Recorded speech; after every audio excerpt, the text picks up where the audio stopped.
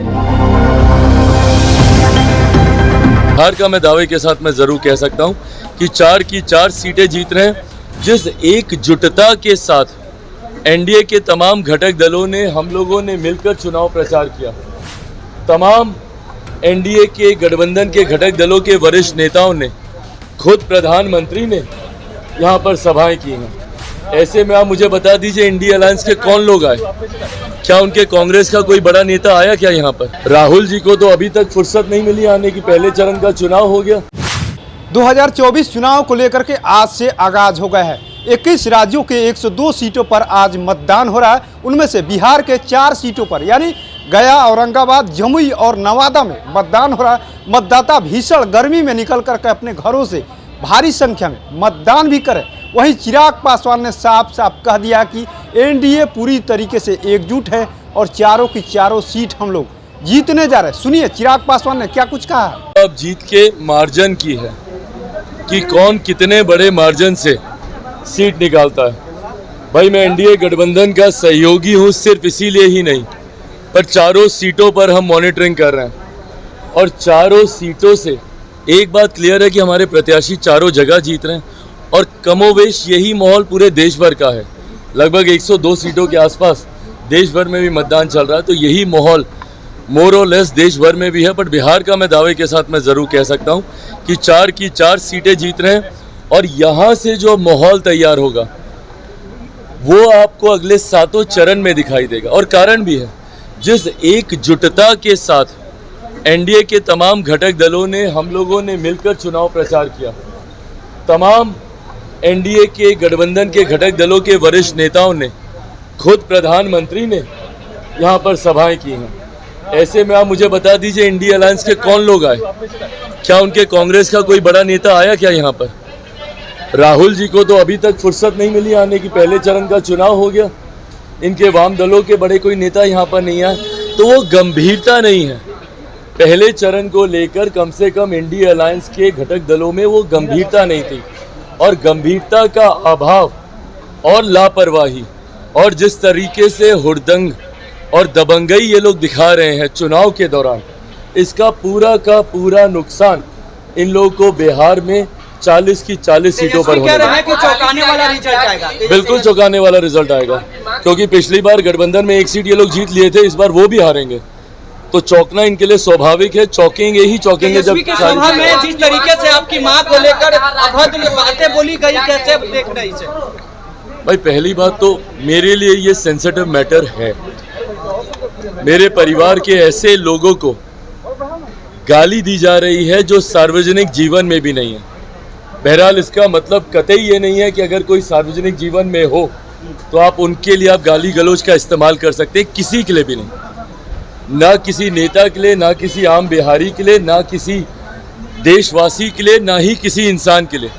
सभ्य समाज में ऐसी अभद्र भाषा की कहीं कोई गुंजाइश नहीं है।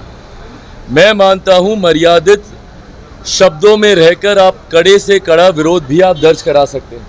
शब्दों की मर्यादा को राजनीति में रखना ज़रूरी है, और ख़ास तौर पर ये जिम्मेदारी हम जैसे युवाओं पर और बढ़ जाती है, जिनको एक बड़ी आबादी अपना आदर्श मानती है। ऐसे में हम लोग का पब्लिक कंडक्ट, सार्वजनिक आचरण जो हम लोग का रहता है वो बहुत मायने रखता है, क्योंकि लोग उसको एज एन एग्जाम्पल लेते हैं कि नेता ये कर रहा है, मैं भी ये करूँगा।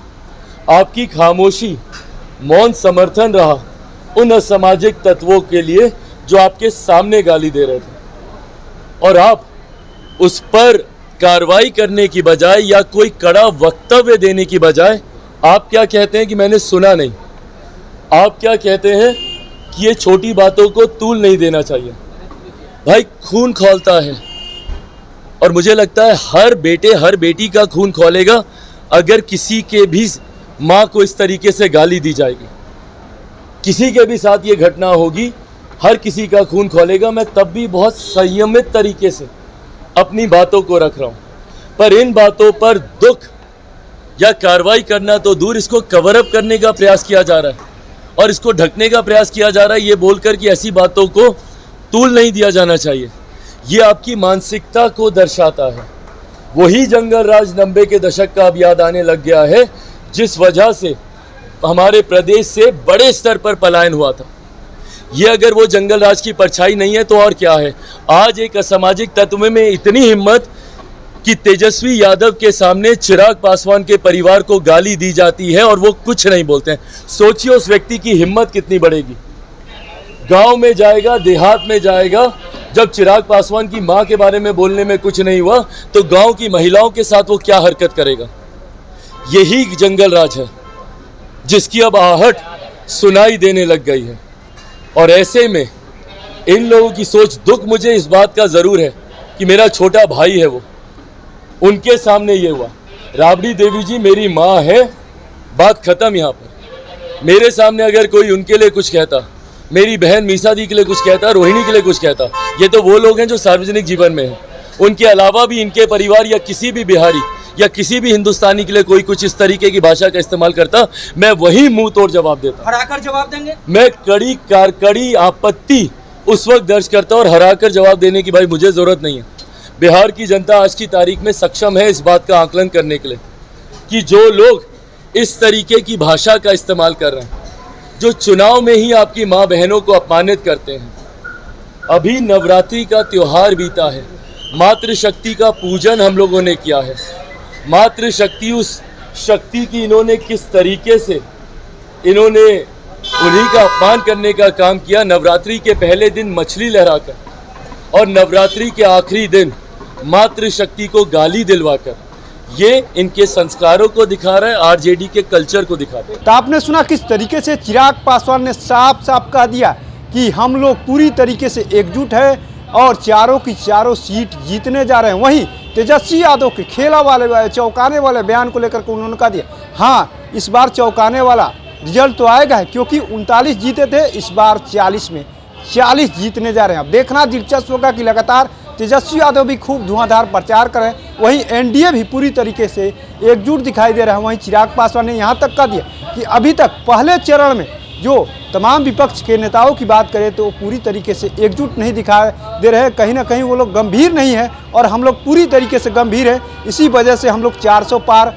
और बिहार की 40 की 40 सीट जीतने जा रहे हैं।